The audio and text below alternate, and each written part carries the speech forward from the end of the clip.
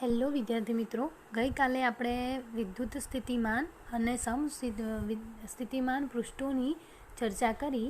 હવે આજે આપણે અલગ અલગ પરિસ્થિતિના અંદર સ્થિતિ ઉર્જાના સૂત્રો મેળવવાના છે. બરાબર, તો એના અંદર પહેલી પરિસ્થિતિ આપેલી છે તમને કે બે વિદ્યુતભારોના તંત્રની સ્થિતિ ઉર્જાનું સૂત્ર મેળવો. એટલે કે બે વિદ્યુતભારોનું એક તંત્ર છે અને એની આપણે શું મેળવવાની છે? સ્થિતિ ઉર્જાનું સૂત્ર મેળવવાનું છે. બરાબર, તો આપણે અહીંયા લઈ લઈએ કે ધારો કે શરૂઆતમાં Q1 અને Q2 વિદ્યુતભારો અનંત અંતરે છે. બરાબર, અહીંયા અવકાશ છે. ધારો કે અહીંયા અવકાશ છે, એ અવકાશના અંદર કોઈ વિદ્યુતભાર છે નહીં. અત્યારે કોઈ વિદ્યુતભાર અંદર હાજર નથી. અને શું કરવાનું છે આના અંદર? Q1 અને Q2 એ બે ક્યાં છે? અનંત અંતરે આવેલા છે અને એમને અનંત અંતરેથી ક્યાં લાવવાના છે? આપણે આ અવકાશમાં લાવવાના છે. બરાબર, તો કે શરૂઆતમાં અહીંયા કોઈ વિદ્યુતભાર હશે નહીં અને Q1 અને Q2 વિદ્યુતભારો અનંત અંતરે છે. તેમાંના Q1 વિદ્યુતભારોને ઉગમ બિંદુની સાપેક્ષે R1 અંતરે લાવવા કરવું પડતું કાર્ય શું હશે? શૂન્ય હશે. પહેલાં છે કોને લાવવાનો છે? આપણે Q1 વિદ્યુતભારને લાવવાનો છે, પછી આપણે Q2ને લાવીશું. તો જ્યારે આપણે Q1ને આના અંદર R1 જેટલા અંતરે લાવીશું ત્યારે એના ઉપર કરવું પડતું કાર્ય શૂન્ય હશે. કેમ કાર્ય શૂન્ય હશે? કારણ કે અહીંયા શરૂઆતના અંદર કોઈ વિદ્યુતભાર હાજર છે નહીં. અને જો વિદ્યુતભાર હાજર ના હોય તો વિદ્યુત ક્ષેત્ર પણ હાજર ના હોય. અને વિદ્યુત ક્ષેત્ર ના હોય તો આપણે Q1 વિદ્યુતભારને એ R1 જેટલા અંતરે લાવવા માટે કોઈ ગતિની વિરુદ્ધમાં કોઈ કાર્ય કરવું પડતું નથી.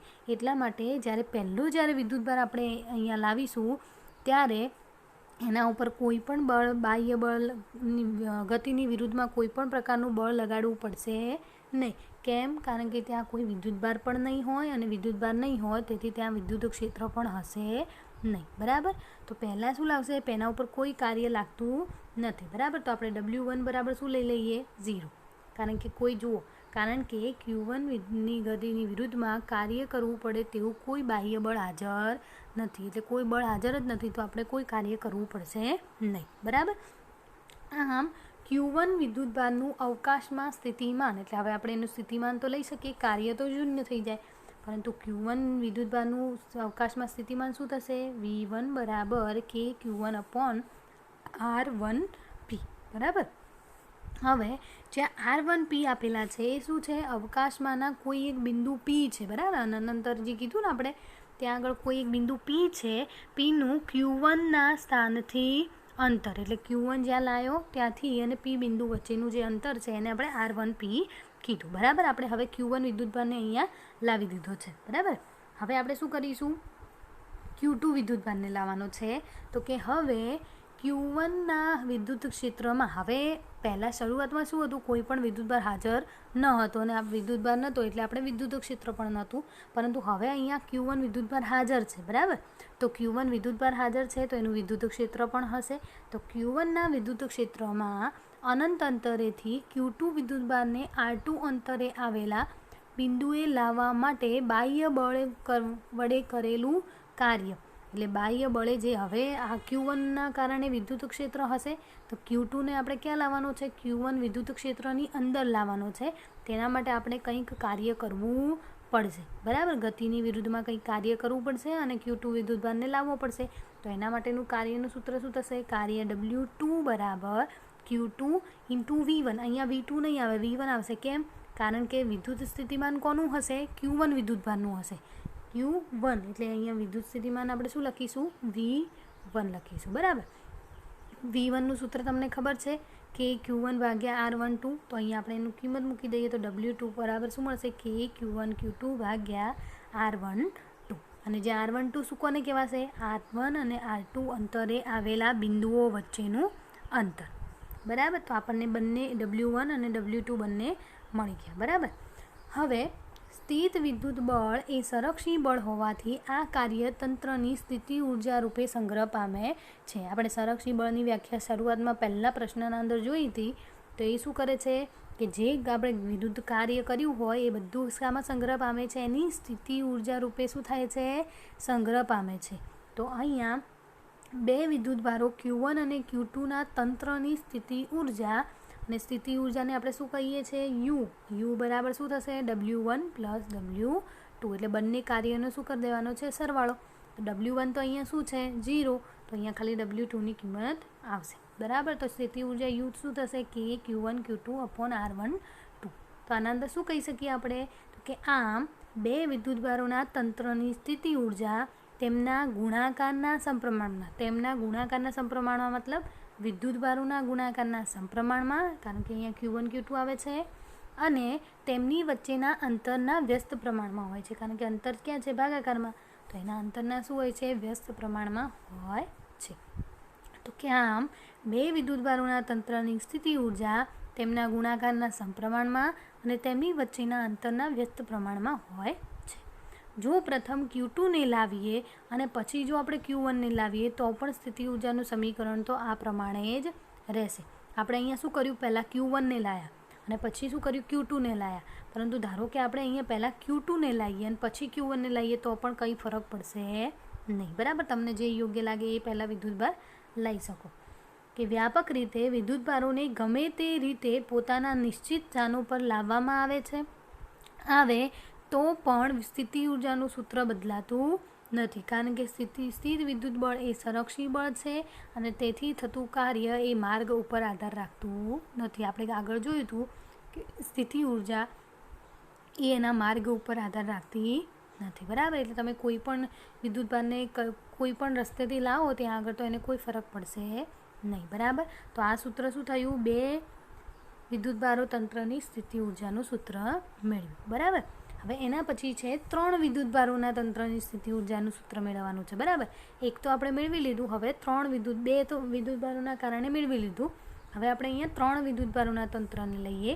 તો કે ધારો કે Q1 Q2 અને Q3 વિદ્યુતભારો અનંત અંતરે છે. જેમ પહેલાં હતું એ જ પ્રમાણે કે પહેલાં કોઈ પણ વિદ્યુતભાર હાજર નથી. 3 વિદ્યુતભારો ક્યાં છે? અનંત અંતરે છે અને તેમને અનુક્રમે R1, R2 અને R3 અંતરે આવેલા બિંદુએ અનુક્રમે P1, P2 અને P3 પર લાવવા છે. બરાબર. અનંત અંતરેથી 3 સ્થાનો આપણને આપેલા છે. કયા? એક P1, P2 અને P3. આ 3 વિદ્યુતભારો છે. એ 3 સ્થાનો છે. એ 3 સ્થાનો પર અનંત અંતરેથી 3 વિદ્યુતભારો છે એ લાવવાના છે. બરાબર. આ 3 વિદ્યુતભારો અહીંયા લાવવાના છે, જે આપણે એના અહીંયા આકૃતિમાં જોઈ શકીએ છીએ. બરાબર. તો આપણે શું કરીશું? પહેલાં Q1 વિદ્યુતભારને P1 સ્થાને લાવવા માટે કરવું પડતું કાર્ય જોઈએ, પરંતુ આગળ જ આપણે જોયું કે કોઈ વિદ્યુતભાર હાજર નથી, તેથી આપણે કોઈ ગતિની વિરુદ્ધ કાર્ય કરવું પડશે નહીં. તો કાર્ય W બરાબર શું થઈ જશે? 0. બરાબર. કારણ કે Q1ને P1 સ્થાને લાવતા કોઈ બાહ્ય બળ હાજર નથી, એટલે કાર્ય W1 શું થઈ જશે? 0 થઈ જશે. બરાબર. પરંતુ Q1ના કારણે એનું જે સ્થિતિમાન હશે એ સ્થિતિમાન તો હશે કે આપણે જેમ આગળ લીધું એમ કાર્ય 0 થયું. બરાબર. Q1નું કારણે, પરંતુ એનું સ્થિતિમાન તો હશે. તો એને સ્થિતિમાનને આપણે શું કહીએ? V1 બરાબર કે Q1 ભાગ્યા R1 2. બરાબર. અહીં આપણે પહેલો વિદ્યુતભાર લઈ દીધો અને એના માટેના બંને સૂત્રો લખી દીધા. બરાબર. Q1 વિદ્યુતભાર. હવે આપણે શું કરીશું? Q2 વિદ્યુતભાર છે એને P2 સ્થાને લાવવું છે. બરાબર. તો Q2 વિદ્યુતભાર છે તો એને P2 સ્થાને લાવવું છે. તો તમે આગળ જોયું એ પ્રમાણે કંઈક કાર્ય કરવું પડશે, કારણ કે અત્યારે પહેલાંથી Q1 વિદ્યુતભાર હાજર છે. બરાબર. તો Q2 વિદ્યુતભારને આપણે અનંત અંતરેથી Q1 વિદ્યુતભારના વિદ્યુત ક્ષેત્રના અંદર લાવવાનું છે. ક્યાં લાવવાનું છે? P2 સ્થાને. બરાબર. તો આપણે કંઈ કાર્ય કરવું પડશે. તો એને આપણે શું કહીશું? W2. વિદ્યુતભાર કયો છે? Q2. પણ વિદ્યુત સ્થિતિમાન કોનું આવશે? Q1નું આવશે. બરાબર. આગળ જોઈએ જ પ્રમાણે વિદ્યુત સ્થિતિમાન શું આવશે? Q1. તો એને આપણે શું કહીએ? V1. તો V1નું સૂત્ર આના અંદર મૂકી દો તો આપણને W2 મળી ગયું. બરાબર. હવે 2 વિદ્યુતભારો આવી ગયા. કયા? Q1 અને Q2.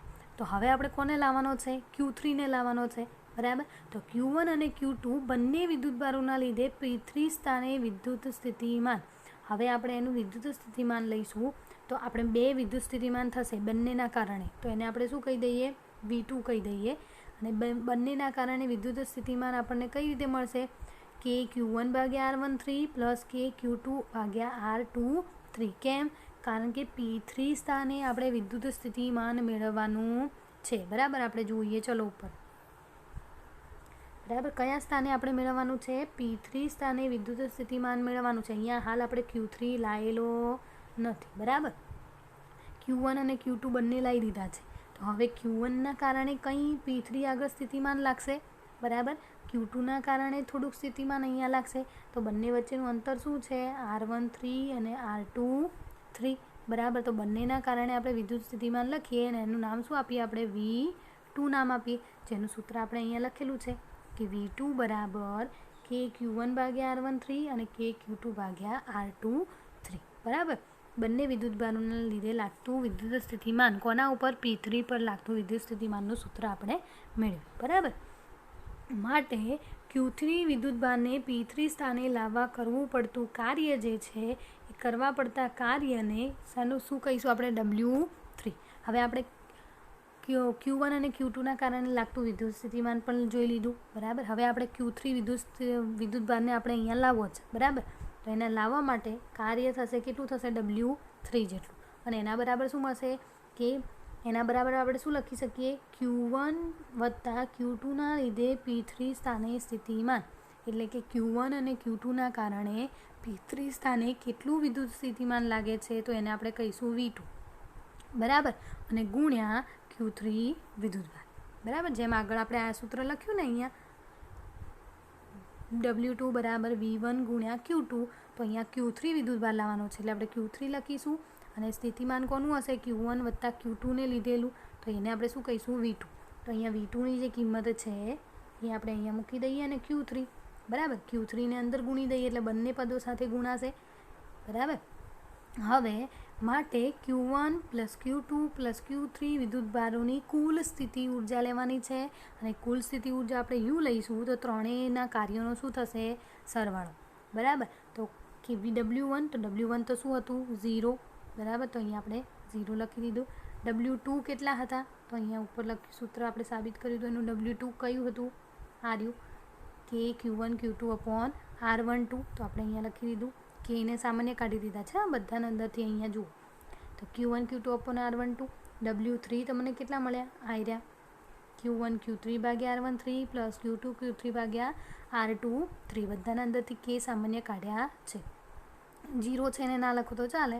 તો આપણને આ રીતનું સ્થિતિ ઉર્જાનું સૂત્ર મળે છે. અને સમીકરણ 3 એ Q1 અને Q2ના કોઈ પણ ચિહ્ન માટે સાચું છે. એટલે કે Q1 અને Q2ને કોઈ પણ ચિહ્ન માટે, એટલે એ ધન હશે કે ઋણ હશે, એ બધા માટે આ સૂત્ર લાગુ પડે છે. અને જો Q1 Q2 એ 0 કરતાં વધારે હશે, એમનો ગુણાકાર છે એ 0 કરતાં વધારે હશે તો સ્થિતિ ઉર્જા ધન મળશે. અને જો એમનું મૂલ્ય Q1 Q2 લેસ દેન 0 હશે, એટલે એનું 0 કરતાં નાનું હશે, તો સ્થિતિ ઉર્જા ઋણ મળે છે, બરાબર. તો આ ત્રણ જે બિંદુઓ હતા એ ત્રણ બિંદુઓ આગળ આપણે ત્રણ વિદ્યુતભારોને લાવ્યા, તો એના માટેનું આપણે વિદ્યુત સ્થિતિ ઉર્જાનું સૂત્ર મેળવ્યું, બરાબર. હવે એના પછી એકલ વિદ્યુતભારના લીધે બાહ્ય ક્ષેત્રમાં વિદ્યુત ઉર્જાનું સૂત્ર મેળવો. કોઈ એકલ વિદ્યુતભાર છે એના લીધે બાહ્ય ક્ષેત્રમાં વિદ્યુત સ્થિતિમાનનું સૂત્ર મેળવવાનું છે. તો બાહ્ય ક્ષેત્ર E છે ધારો કે, બરાબર. અને તેને અનુરૂપ બાહ્ય સ્થિતિમાન શું છે? V. અને એ શું છે? બિંદુએ બદલાઈ શકે છે. વિદ્યુત સ્થિતિમાન છે એ અલગ અલગ બિંદુએ કેવું મળશે? આપણને જુદું જુદું મળશે. એવી રીતે વિદ્યુત ક્ષેત્ર છે એ પણ આપણને અલગ અલગ બિંદુએ શું મળે છે? જુદું જુદું મળે છે. તો બાહ્ય ક્ષેત્ર શું છે? E. અને વિદ્યુત સ્થિતિમાન V. એ બિંદુએ શું કરે છે? બદલાઈ શકે છે. તો વિદ્યુત સ્થિતિમાનની વ્યાખ્યા મુજબ, એની વ્યાખ્યા શું હતી? અહીંયા લખેલી છે કે વિદ્યુત સ્થિતિમાન એ એકમ ધન વિદ્યુતભારને અનંત અંતરેથી P બિંદુએ લાવવા માટે કરવું પડતું કાર્ય. આપણે આગળ એની વિદ્યુત સ્થિતિમાનની વ્યાખ્યા જોઈ હતી ગઈકાલે. તેના અંદર શું હતું? એકમ ધન વિદ્યુતભારને અનંત અંતરેથી જે આપણે આપેલું બિંદુ છે ત્યાં લાવવા માટે કરવું પડતું જે કાર્ય છે એને આપણે વિદ્યુત સ્થિતિમાન કહીએ છીએ. તો આમ વિદ્યુતભાર Qને અનંત અંતરેથી બાહ્ય ક્ષેત્રમાંના P બિંદુમાં એ લાવવા માટે કરવું પડતું કાર્ય W બરાબર શું થશે? Q ઇન્ટુ V, બરાબર. કયો વિદ્યુતભાર છે? Q, અને એને વિદ્યુત સ્થિતિમાનના અંદર લાવવું છે એટલે એ કાર્ય થશે. તો આ કાર્ય Qની સ્થિતિ ઉર્જા રૂપે સંગ્રહ થાય છે. અહીંયા જે પણ કાર્ય છે એ કોના રૂપે સંગ્રહ થાય છે? સ્થિતિ ઉર્જા રૂપે. તો આપણે એને લખી દઈએ U બરાબર Q ઇન્ટુ V. જો કોઈ ઉગમ બિંદુની સાપેક્ષે Pનું સ્થાન સદિશ R હોય તો વિદ્યુતભાર ક્યુને બાહ્ય ક્ષેત્રમાં આર સ્થાન સદિશ ધરાવતા બિંદુ પાસે વિદ્યુત સ્થિતિ ઉર્જા યુ આર બરાબર ક્યુ ઇન્ટુ વી આર, એટલે કે જો સ્થાન સદિશ જે આર જેટલો હોય તો આપણે એને સદિશના રૂપમાં લખ્યું. એટલે કે બાહ્ય ક્ષેત્રમાં જે સ્થિતિ ઉર્જા છે એ વિદ્યુતભાર ગુણ્યા બાહ્ય ક્ષેત્રમાં વિદ્યુત સ્થિતિમાનનો ગુણાકાર છે. બરાબર. બાહ્ય ક્ષેત્રમાં સ્થિતિ ઉર્જા એટલે યુ અને વિદ્યુતભાર એટલે ક્યુ અને બાહ્ય ક્ષેત્રમાં વિદ્યુત સ્થિતિમાન એટલે આપણે એને શું કહીશું વી. તો અહીંયા વળી એક વિદ્યુત ઉર્જાનું સૂત્ર આપણને અહીંયા મળ્યું. બરાબર. હવે અહીંયા આપેલું છે કે ઇલેક્ટ્રોવોલ્ટની વ્યાખ્યા આપો અને તેને જૂલ એકમમાં દર્શાવો. કે ઇલેક્ટ્રોવોલ્ટની શું લેવાની છે? વ્યાખ્યા લેવાની છે અને એને આપણે જૂલ એકમમાં દર્શાવવાની છે. બરાબર. કે ઇલેક્ટ્રોવોલ્ટમાંથી આપણે જૂલમાં કેવી રીતે ફેરવી શકીએ? તો જુઓ, જો ક્યુ બરાબર ઈ એટલે ક્યુ એટલે વિદ્યુતભાર અને ઈ એટલે આપણે ઇલેક્ટ્રોનનો વિદ્યુતભાર લેતા હતા, એને આપણે શું કહેતા હતા? મૂળભૂત વિદ્યુતભાર. અને મૂળભૂત વિદ્યુતભારનું મૂલ્ય શું હતું? 1.6 ગુણ્યા 10⁻⁻19 કુલમ. તો આ જે છે એ ઇલેક્ટ્રોનનું શું છે? વિદ્યુતભાર. વિદ્યુતભાર ધરાવતા ઇલેક્ટ્રોનને 1 વોલ્ટના વિદ્યુત સ્થિતિમાનના તફાવતમાં પ્રવેગિત કરવામાં આવે તો તેને પ્રાપ્ત કરેલી ઉર્જા આગળ સૂત્ર મેળવ્યું આ યુ બરાબર ક્યુ ઇન્ટુ ડેલ્ટા વી. કારણ કે વિદ્યુત સ્થિતિમાનનો તફાવત છે તો આપણે અહીંયા શું લખીશું? Delta v. તો ક્યુ શું છે? 1.6 ગુણ્યા 10⁻19 ગુણ્યા તફાવત કેટલો લીધો વિદ્યુત સ્થિતિમાનનો? 1 વોલ્ટ. તો અહીંયા 1 લખ્યું તો આપણને અહીંયા જવાબ શું મળ્યો? 1.6 ગુણ્યા 10⁻19 જૂલ. તો અહીંયા ઇલેક્ટ્રોવોલ્ટની વ્યાખ્યા આપેલી છે કે આ ઉર્જાના આ એકમને 1 ઇલેક્ટ્રોવોલ્ટ અથવા 1 EV વડે ટૂંકમાં લખવામાં આવે છે. તો એની વ્યાખ્યા છે કે 1 વોલ્ટ વિદ્યુત સ્થિતિમાનના તફાવતના હેઠળ શું કીધું છે? કેટલા વોલ્ટનો વિદ્યુત સ્થિતિમાનનો અહીંયા તફાવત લીધેલો છે. બરાબર. કારણ કે આગળ જ મેં તમને કીધું હતું કે વિદ્યુત સ્થિતિમાનના નિશ્ચિત મૂલ્યનું કોઈ મહત્ત્વ છે નહીં. હંમેશા એનો શું લેવામાં આવે છે? તફાવત લેવામાં આવે છે. તો 1 વોલ્ટના વિદ્યુત સ્થિતિમાનના તફાવત હેઠળથી પસાર થતા ઇલેક્ટ્રોનની સ્થિતિ ઉર્જામાં થતા ફેરફારને 1 ઇલેક્ટ્રોન વોલ્ટ કહે છે. એટલે કે જે તફાવત છે એ તફાવતના અંદરથી આપણે પસાર થતા ઇલેક્ટ્રોનની સ્થિતિ ઉર્જામાં જે ફેરફાર થાય છે એ ફેરફારને આપણે 1 ઇલેક્ટ્રોવોલ્ટ કહીએ છીએ. અને સામાન્ય રીતે પરમાણુ અને ન્યુક્લિયર ભૌતિક વિજ્ઞાનમાં આ એકમનો ખૂબ જ પ્રમાણમાં ઉપયોગ આપણે કરીએ છીએ. ઇલેક્ટ્રોવોલ્ટનો ખૂબ જ પ્રમાણમાં ઉપયોગ થાય છે. બરાબર. હવે એના અલગ અલગ એકમો આપેલા છે. 1 મિલી ઇલેક્ટ્રોવોલ્ટ આપેલું છે. બરાબર.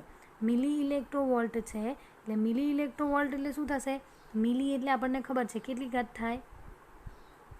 1.6 ગુણ્યા 10ની કેટલી ઘાત થાય? મિલી છે એટલે -3 ગુણ્યા ઓલરેડી 1.6ની કેટલી ઘાત છે? -19 અને આ બંનેનો સરવાળો થશે તો કેટલી થશે? 10⁻22. બરાબર. હવે એ જ રીતે 1 કિલો ઇલેક્ટ્રોવોલ્ટ હોય તો એમાં તો શું છે? 1.6 ગુણ્યા 10⁻19 છે અને 10ની કેટલી આવશે? કિલો એટલે 10⁻3. તો આ બંનેનો સરવાળો કરીશું તો તમને કેટલી મળશે? 10⁻16. બરાબર. મેગા ઇલેક્ટ્રોવોલ્ટ હશે તો 10ની કેટલી ઘાત થશે? 6 થશે. તો -19 વત્તા 6 કરશો તો તમને કેટલી મળશે? -13 મળશે. બરાબર. 1 ગીગા ઇલેક્ટ્રોવોલ્ટ હશે તો શું થશે? 10⁻9. બરાબર. અહીંયા ગીગા ઇલેક્ટ્રોવોલ્ટ છે તો અહીંયા કેટલી આવશે? 10⁻9 આવશે. તો 9 આવશે તો -19 વત્તા 9 એટલે કેટલી વધશે? 10⁻10. બરાબર. અને ટેરા ઇલેક્ટ્રોવોલ્ટ છે તો ટેરા ઇલેક્ટ્રોવોલ્ટમાં કેટલી ઘાત થાય? 10⁻12. બરાબર. 10ની કેટલી ઘાત થશે? 12. અને -19 પ્લસ 12 કરશો તો કેટલી વધશે? -7 જૂલ. બરાબર. તો એના અલગ અલગ એકમો આપેલા છે. જુઓ અહીંયા ફરી બોલી લઉં છું. 1 મિલી ઇલેક્ટ્રોવોલ્ટ એટલે મિલી એટલે 10⁻3 આવશે. 1 કિલો ઇલેક્ટ્રોવોલ્ટ એટલે 10⁻3 આવશે. 1 મેગા ઇલેક્ટ્રોવોલ્ટ એટલે 10⁻6 આવશે. 1 ગીગા ઇલેક્ટ્રોવોલ્ટ એટલે 10ની કેટલી ઘાત આવશે? 9 આવશે. અને ટેરા ઇલેક્ટ્રોવોલ્ટ એટલે 10ની કેટલી ઘાત આવશે? 12 આવે છે. બરાબર. તો આ એના એકમો થશે. હવે બાહ્ય ક્ષેત્રમાં એકબીજાથી આર અંતરે રહેલા બે બિંદુવત વિદ્યુતભારો માટે સ્થિતિ ઉર્જાનું સૂત્ર મેળવવાનું છે કે બાહ્ય ક્ષેત્ર આપેલું છે અને એમના એકબીજાથી કેટલા અંતરે રહેલા છે, આર જેટલા અંતરે રહેલા છે જુઓ, અને એ બે બિંદુવત વિદ્યુતભારો માટે સ્થિતિ ઉર્જાનું સૂત્ર મેળવવાનું છે. તો આકૃતિમાં બાહ્ય ક્ષેત્ર ઈમાં કોઈ ઉગમ બિંદુની સાપેક્ષે R1 અને R2 સ્થાનોએ બે વિદ્યુતભારો Q1 અને Q2 ને અનંત અંતરેથી લાવવાના છે. જુઓ, હવે આના અંદર કે આપણે આગળની જે થિયરી હતી એના અંદર પહેલાં સ્ટાર્ટિંગમાં શરૂઆતમાં કોઈ વિદ્યુતભાર ત્યાં હાજર નહોતો, અને વિદ્યુતભાર હાજર નહોતો એટલે ત્યાં કોઈ વિદ્યુત ક્ષેત્ર પણ હાજર નહોતું. બરાબર, તો આપણે એના માટે આપણે કાર્ય જે Q1 વિદ્યુતભારને લઈએ એના કારણે કાર્ય W1 શું લઈ લેતા હતા, 0 લઈ લેતા હતા. પરંતુ આના અંદર શું કન્ડિશન છે કે બાહ્ય વિદ્યુત ક્ષેત્રની અંદર, એટલે બાહ્ય વિદ્યુત ક્ષેત્રની અંદર એટલે ઓલરેડી ત્યાં આગળ કંઈ વિદ્યુત ક્ષેત્ર હાજર છે જ, અને હવે આપણે Q1 અને Q2ને લાવવાના છે. બરાબર, તો આપણે પહેલાં Q1ને લાવીએ તો Q1 વિદ્યુતભારને અનંત અંતરેથી R1 અંતરે લાવવા કરવું પડતું કાર્ય W1 બરાબર Q1 × VR1 થશે. બરાબર, અને Q2 વિદ્યુતભારને અનંત અંતરેથી સ્ત્રોત વિદ્યુતભાર, અને જે સ્ત્રોત વિદ્યુતભાર એટલે જે પહેલો જે વિદ્યુત ક્ષેત્ર હતું એ, અને Q1 વિદ્યુતભારોના બંનેના ક્ષેત્રોની વિરુદ્ધ કરવું પડતું કાર્ય એને આપણે કહીએ W2 બરાબર Q2 × VR2. પરંતુ Q1 વિદ્યુતભારના વિરુદ્ધમાં લાગતા બળથી Q2 પર થતું કાર્ય, કારણ કે Q1 વિદ્યુતભાર આપણે પહેલાં લઈ લીધો છે તો એના કારણે વિરુદ્ધ દિશામાં Q2 ઉપર બળ થશે, એના દ્વારા જે કાર્ય થશે એને આપણે શું કહીએ, W3 કહીએ, અને W3 બરાબર KQ1 Q2 / R12, અને જે R12 શું છે, Q1 અને Q2 વચ્ચેનું અંતર. તો તંત્રની કુલ સ્થિતિ ઉર્જા બરાબર વિદ્યુતભારોના તંત્રની ગોઠવણ કરતાં કરવું પડતું કુલ કાર્ય. તો જ્યારે Q1 વિદ્યુતભારના કારણ લાવીએ ત્યારે એના દ્વારા થતું કાર્ય આપણે જોયું Q1 VR1. હવે Q2ને ઉપર લાવીએ તો આટલું થશે. હવે જ્યારે Q1ના ઉપર Q1ના વિદ્યુતભારની વિરુદ્ધમાં Q2 વિદ્યુતભારને લાવતા કરવું પડતું કાર્ય એને W3 કહીશું, એ શું થશે, આટલું. બરાબર, તો આ એનું આપણને બાહ્ય ક્ષેત્રના અંદર એકબીજાથી આર અંતરે રહેલા બે બિંદુવત વિદ્યુતભારો માટેનું સ્થિતિ ઉર્જાનું સૂત્ર થશે. હવે જુઓ અહીંયા હવે નિયમિત વિદ્યુત ક્ષેત્રમાં મૂકેલી ડાયપોલની સ્થિતિ ઉર્જાનું સૂત્ર મેળવવાનું છે. બરાબર, સમાન વિદ્યુત ક્ષેત્ર છે, નિયમિત વિદ્યુત ક્ષેત્ર એટલે કેવું છે, સમાન. એટલે જુઓ અહીંયા બધી કેવી છે, એક જ દિશામાં વિદ્યુત ક્ષેત્ર તમને આપેલું છે. તો સમાન વિદ્યુત ક્ષેત્રના અંદર અહીંયા શું મૂકવાની છે, એક ડાયપોલ મૂકવાની છે. તો જુઓ અહીંયા મૂકી -Q થી +Q, એમના વચ્ચેનું અંતર કેટલું છે, 2a જેટલું. -Q થી Q છે તો ડાયપોલ મોમેન્ટની દિશા કઈ બાજુ હશે, -Q થી +Q તરફ. બરાબર, અને એમને સમાન વિદ્યુત ક્ષેત્રના અંદર મૂકેલી છે. બરાબર, તો જુઓ કે આકૃતિમાં -Q અને +Q વિદ્યુતભારની ડાયપોલને સમાન વિદ્યુત ક્ષેત્રમાં ઈમાં મૂકેલી છે, અને ડાયપોલની લંબાઈ કેટલી છે, 2a જેટલી. વિદ્યુત ક્ષેત્ર સાથે ડાયપોલને થીટા ખૂણો બનાવે એ રીતે મૂકેલી છે. બરાબર, અહીંયા તમે ડાયપોલને અલગ અલગ રીતે મૂકી શકો, જેના આપણે પાછળનો જે પ્રશ્ન છે એના અંદર જોઈશું. પરંતુ આના અંદર ડાયપોલને કેટલા થીટા જેટલા અંતરે મૂકેલી છે, એટલે આ બંને વચ્ચેનું વિદ્યુત ક્ષેત્ર ઈ અને ડાયપોલ P એ બંને વચ્ચે થીટા જેટલું ખૂણો બનાવેલો છે. તો અહીંયા પણ થીટા થશે, તો અહીંયા પણ શું થશે, થીટા થશે. બરાબર, તો આપણને ખબર છે કે આપણે અડધું અંતર લઈએ, અડધું આ અને અડધું આ, તો કેટલું થશે, 2a એટલે a જેટલું અંતર થશે. તો અહીંયાનું જે થીટા ખૂણો બનાવે છે એટલે આ શું થશે, a cos θ. બરાબર, અને એવી જ રીતે અહીંયા આ બાજુ શું થશે, -a cos θ. બરાબર, કારણ કે આ બાજુનું અંતર લીધું છે એટલા માટે -a cos θ થશે, આ બાજુ +a cos θ થશે. બરાબર, એટલે વિદ્યુત ક્ષેત્ર અને ડાયપોલ મોમેન્ટ વચ્ચે થીટા ખૂણો બનાવે એ રીતે આપણે ડાયપોલને મૂકેલી છે. તો હવે -Q અને +Q વિદ્યુતભાર ઉપર +QE અને -QE જેટલા સમાન મૂલ્યના અને પરસ્પર વિરુદ્ધ દિશામાં બળો લાગે છે. આપણને બળનું સૂત્ર આવું એક ખબર છે, Q × E વાળું. બરાબર, તો અહીંયા આ બળ ઉપર તમને બેના ઉપર સમાન અને કેવું લાગે છે, વિરુદ્ધ દિશામાં બળ લાગે છે. -Q છે તો એના ઉપર કયું બળ લાગશે, -QE. તો એ કઈ દિશામાં લાગશે? આ રીતે ઉપરની બાજુ, બરાબર. અને પ્લસ છે તો એના ઉપર કયું બળ લાગશે? પ્લસ ક્યુ. એ ક્યાંય લાગે છે? આ દિશામાં લાગે છે, બરાબર. અને એ બળો કેવા હોય છે? સમાન મૂલ્યના અને પરસ્પર વિરુદ્ધ દિશામાં હોય છે. હવે ડાયપોલને જુઓ તમે, એક આ જે છે આ બાજુ આપણને બળ લગાડશે, આ છે આ બાજુ બળ લગાડશે, તો બંને વચ્ચે શું થશે? ટોર્ક ઉદ્ભવે. ટોર્ક એટલે ગોળ ગોળ ફરવા લાગશે ડાયપોલ. તો આ ડાયપોલ પર લાગતા બળોને બળયુગ્મ રચે છે અને ડાયપોલ શું બનાવે છે? ટોર્ક અનુભવે છે. તો ટોર્કનું સૂત્ર આપણે સાબિત કર્યું હતું આગળ જે ચેપ્ટરના અંદર. ટોર્ક ટો બરાબર પી ક્રોસ ઈ, બરાબર. અને જ્યાં પી બરાબર શું થશે? 2a ક્યુ, ડાયપોલ મોમેન્ટ. હવે પી અને ઈ એ સમાંતર કે પ્રતિ સમાંતર સિવાયની સ્થિતિમાં ટોર્ક ડાયપોલને ભ્રમણ કરવાનો પ્રયત્ન કરે છે. એટલે કે જ્યારે પી અને ઈ એ એકબીજાને સમાંતર હશે અથવા તો જ્યારે પ્રતિ સમાંતર હશે એ સિવાયની સ્થિતિના અંદર, એટલે કે સમાંતર અને પ્રતિ સમાંતર સ્થિતિના અંદર ડાયપોલ ભ્રમણ કરશે નહીં.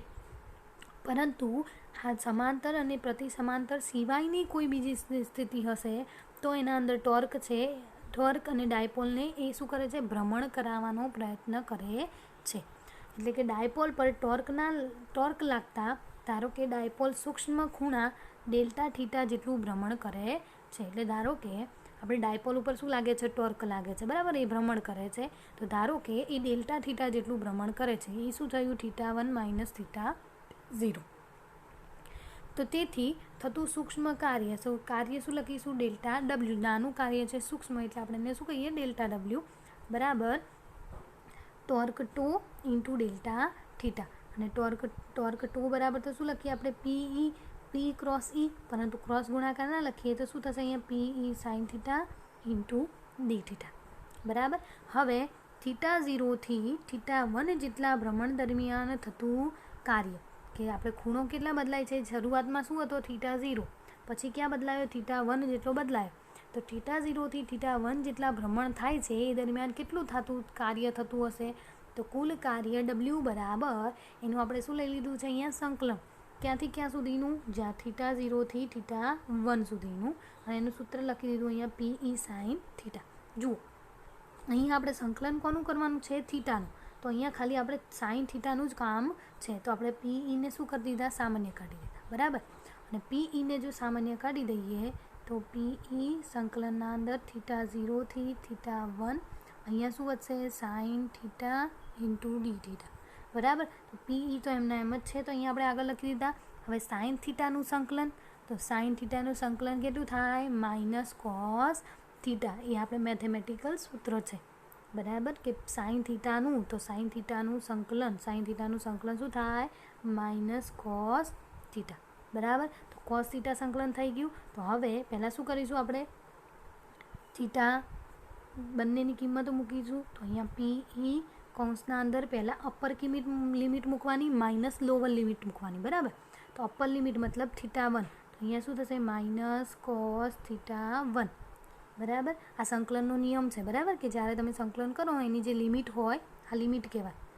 એ લિમિટને પહેલાં અપર લિમિટ એટલે ઉપરની લિમિટ મૂકવાની, માઇનસ નીચેની લિમિટ મૂકવાની, બરાબર.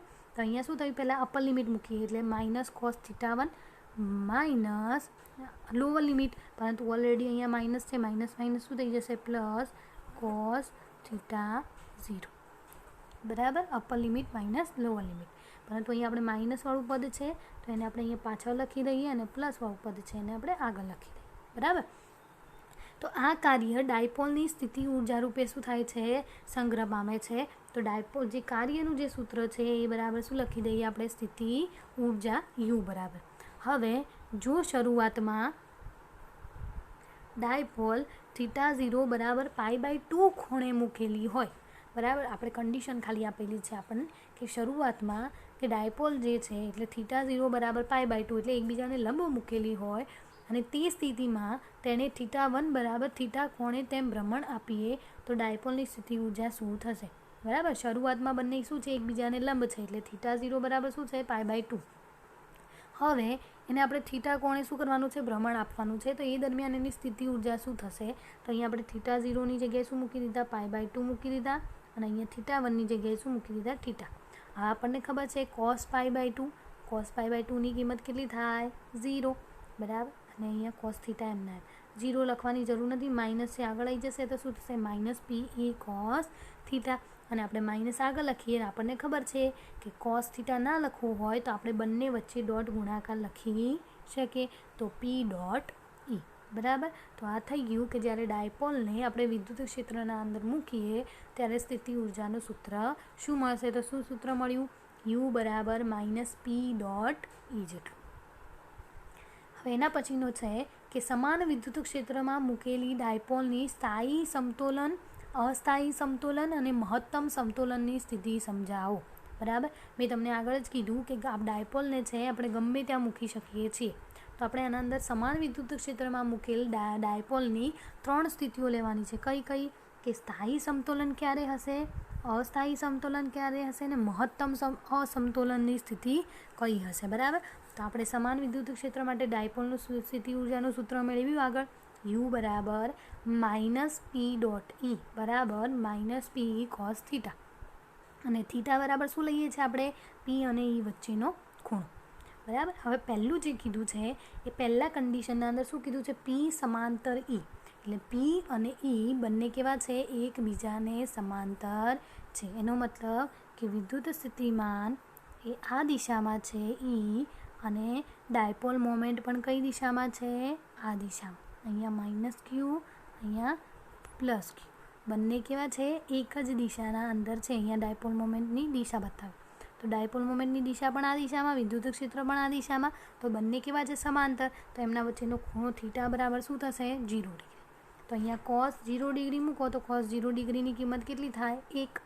તો અહીંયા આપણે કોસ 0 ડિગ્રી બરાબર 1 મૂકીએ તો અહીંયા શું મળશે, ખાલી માઇનસ પી ઈ. તો આ જે સ્થિતિ છે ડાયપોલની સ્થાયી સમતોલન સ્થિતિ આપણે કહીએ છીએ. બરાબર, હવે એના પછી ધારો કે આપણે પી અને ઈ છે એ બંનેને એકબીજાના પ્રતિ સમાંતર મૂકીએ. બરાબર, કારણ કે અહીંયા જુઓ માઇનસ ઈ છે, તો હવે એમને શું કરવાના છે, એકબીજાને પ્રતિ સમાંતર મૂકવાના છે. તો એનો મતલબ શું થશે કે અહીંયા આપણે પહેલાં શું કીધું, માઇનસ ક્યુ વિદ્યુતભાર અને પ્લસ ક્યુ વિદ્યુતભાર, એટલે એની દિશા આપણને આ રીતે મળતી હતી. બરાબર, હવે આપણે એને શું કરી દેવાનું છે, વિરુદ્ધ કરી દેવાનું.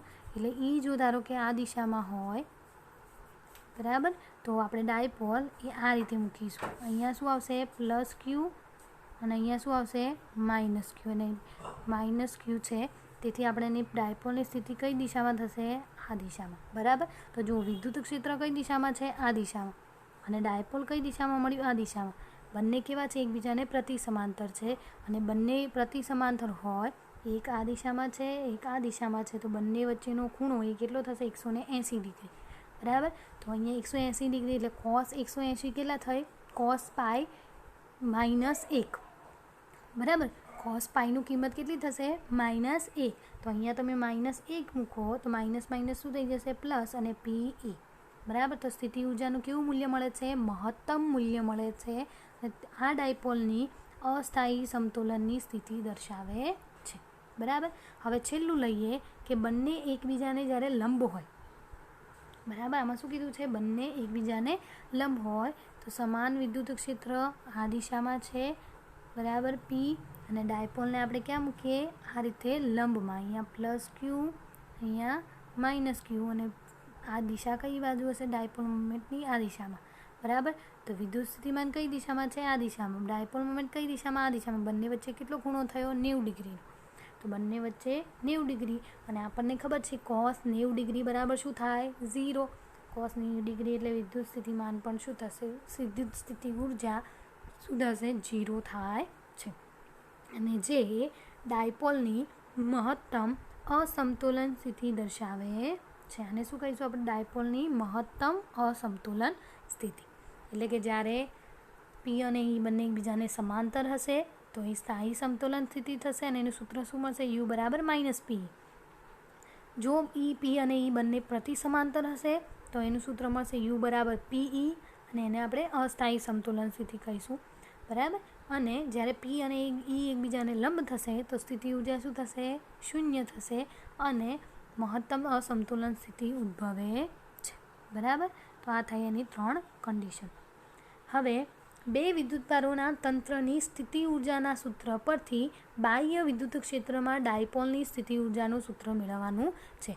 આગળ આપણે જે પહેલી થિયરી આ વખતે ચલાવી, હમણાં લગભગ 21 નંબરનો પ્રશ્ન જે છે એના અંદર આપણે 2 વિદ્યુતભારોના તંત્રની સ્થિતિ ઉર્જાનું સૂત્ર મેળવ્યું, બરાબર.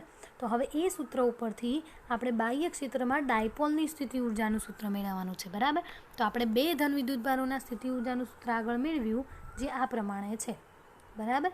તો હવે ડાયપોલનું લેવાનું છે. તો ડાયપોલ બરાબર શું થશે? Q1 બરાબર +Q અને Q2 બરાબર -Q વિદ્યુતભાર થશે અને તેમના સ્થાન સદિશો શું થશે? R1 અને R2. તો અહીંયા આપણે લખી દીધું Q1 અને Q2, એટલે આપણે અહીંયા શું કરી દીધું? Q1ની જગ્યાએ +Q મૂકી દીધું, Q2ની જગ્યાએ -Q મૂકી દીધું. તો અને Qને આપણે શું કરી દીધા? સામાન્ય કાઢી દીધા. તો અહીંયા શું વધશે? ખાલી V1 R1 અને અહીંયા આપણે શું મૂક્યું? -Q મૂક્યું, એટલે વચ્ચે શું થઈ જશે? માઇનસ, બરાબર. અને માઇનસ અહીંયા પણ શું થશે? Q1ના કારણે +Q મૂક્યું, Q2ના કારણે -Q મૂક્યું, તો અહીંયા આગળ શું થઈ જશે? માઇનસ ચિહ્ન થઈ જશે, બરાબર. હવે R1 અને R2 સ્થાનો વચ્ચેનો વિદ્યુત સ્થિતિમાનનો તફાવત. હવે આપણે શું લેવાનું છે? R1 અને R2 સ્થાનો પર વિદ્યુત સ્થિતિમાનનો તફાવત, એટલે VR1 - VR2. તો એ અહીંયા આપણને વિદ્યુત સ્થિતિમાનનો તફાવત આપી દીધો. એના બરાબર આપણને શું મળશે? કે એકમ ધન વિદ્યુતભારને ક્ષેત્રની વિરુદ્ધમાં R2 થી R1 સુધી લાવવા માટે કરવા પડતા કાર્ય બરાબર હોય છે. ક્યાં લાવવાનું છે? એકમ ધન વિદ્યુતભારને વિદ્યુત ક્ષેત્રની વિરુદ્ધમાં R2 થી ક્યાં લઈ જવાનું છે? R1 સુધી લઈ જવા કરવા પડતા કાર્ય બરાબર છે, પણ બળને સ્થાનાંતર 2a cos θ જેટલું છે, બરાબર. પણ જુઓ અહીંયા શું કીધું છે? એકમ ધન વિદ્યુતભારને R2 થી R1 સુધી લઈ જવાનું છે. તો કાર્યનું સૂત્ર આપણને ખબર છે, W બરાબર F × D અને F બરાબર શું લખીએ આપણે? Q × E, બરાબર. F બરાબર શું લખાશે? Q × E અને D અંતર કેટલું આપણને આપેલું? 2a cos θ, બરાબર. પરંતુ અહીંયા જે છે એ અહીંયા આપણે એકમ ધન વિરુદ્ધમાં ક્ષેત્રની વિરુદ્ધ દિશામાં કાર્ય કરવાનું છે. અને કેવો વિદ્યુતભાર છે? એકમ ધન વિદ્યુતભાર છે. તો એકમ ધન વિદ્યુતભાર છે એટલે Qનું મૂલ્ય શું થઈ જશે? 1, બરાબર. તો અહીંયા Fની જગ્યાએ આપણે QE મૂક્યું, Q બરાબર શું મૂક્યું? 1. તો અહીંયા શું મળ્યું? ખાલી આપણને E. અને વિરુદ્ધ દિશામાં કાર્ય કરવાનું છે એટલે અહીંયા શું લખ્યું? -E અને સ્થાનાંતર 2a cos θ D બરાબર, બરાબર. હવે અહીંયા આપણે ડાયપોલ મોમેન્ટ Pનું સૂત્ર પણ આપણને ખબર છે, Q × 2a, પરંતુ Q તો કેટલા છે? 1. તો અહીંયા ખાલી શું થશે? 2a, બરાબર. તો આપણે અહીંયા 2a છે એની જગ્યાએ શું મૂકી દીધું? P, dipole moment P. તો જો અહીંયા P બરાબર શું મળે છે? 2a મળે છે ને. તો અહીંયા P બરાબર 2a મળે છે, તો અહીંયા 2aની જગ્યાએ આપણે શું મૂકી દીધું? P મૂકી દીધું. તો -PE cos θ, બરાબર. હવે તો આપણને અહીંયા શું થયું? આ જે પદ છે એના બરાબર આપણને શું મળ્યું? -PE cos θ, બરાબર. તો અહીંયા પણ Q બરાબર શું છે? એકમ ધન વિદ્યુતભાર એટલે Q બરાબર 1 મૂકી દઈએ. VR1 - VR2 બરાબર શું મળ્યું? -PE cos θ અને KQ² ભાગ્યા 2a. કારણ કે અંતર લેવાનું છે તો અંતર R જે છે એ કેટલું છે? 2a જેટલું. તો અહીંયા આપણે 2a લખી દીધું. અને એકમ વિદ્યુતભાર છે તો અહીંયા પણ Q બરાબર શું મૂકશે? 1 મૂકીશું. સોરી, Q1 Q2 એટલે એક બંને શું છે? કે સમાન છે એટલે આપણે અહીંયા Qનો વર્ગ લખી દઈએ. અહીંયા આપણને ખબર છે cos θ છે તો અહીંયા આપણે ડોટ ગુણાકાર લખી શકીએ, બરાબર. તો આપણને સૂત્ર મળ્યું U' બરાબર -P.E KQ² × ભાગ્યા 2a. હવે કે ડાયપોલ Uθ અને Uθ' માત્ર એક અચળાંક જેટલું જ જુદું પડે છે, એટલે કે બંને જે છે અમુક એક અચળાંકના કારણે જુદા પડે છે. અને +Q અને -Qને બાહ્ય વિદ્યુત ક્ષેત્રોની વિરુદ્ધમાં લાવવા માટેનું કાર્ય સમાન અને વિરુદ્ધ છે, તેથી આપણે નાબૂદ કરી શકીએ છીએ. એટલે કે +Q અને -Q એમને બાહ્ય વિદ્યુત ક્ષેત્રની વિરુદ્ધમાં ત્યાં લાવવા માટે કાર્ય જે છે એ સમાન મૂલ્યનું અને કેવું છે? વિરુદ્ધ છે, તેથી આપણે એને નાબૂદ કરી શકીએ. જો θ0 બરાબર π/2 લઈએ, જો θ બરાબર π/2 લઈશું તો Q VR1 - VR2 બરાબર શું થઈ જશે? 0. કેમ? કારણ કે એના બરાબર તો સૂત્ર આપણને શું મળ્યું? PE cos θ અને cos θ બરાબર આપણે જો θ બરાબર જો આપણે π/2 મૂકીએ, θ બરાબર જો π/2 મૂકીશું તો cos π/2 ની કિંમત કેટલી થઈ જશે? 0. તો એના આખું પદ પણ શું થઈ જશે? 0 થાય. હવે આ જે સમીકરણ આપણને મળ્યું એ સમીકરણના અંદર જો આપણે બીજું પદ આપણે અવગણી લઈએ તો ખાલી સૂત્ર શું મળશે? -p.e મળે છે. અને જે પહેલાં જે યુનું સૂત્ર હતું એના જેવું જ આપણને અહીંયા મળે છે. બરાબર. તો પહેલાં જે સૂત્ર હતું એના કરતાં આપણને આટલું પદ શું મળે છે? એના અંદર વધારે મળે છે. બરાબર. તો આ બે વિદ્યુતભારોની સ્થિતિ ઉર્જાના સૂત્ર ઉપરથી ડાયપોલની સ્થિતિ ઉર્જાનું સૂત્ર મેળવ્યું. બરાબર. આ પ્રશ્નો તમારે જાતે ઘરે સોલ્વ કરી લેવા. બરાબર. ચલો વિદ્યાર્થી મિત્રો, તો આજનું લેક્ચર આપણે જે સ્થિતિ ઉર્જાના સૂત્રો મેળવ્યા એ આપણે અહીંયા આટલા સુધી રાખીએ.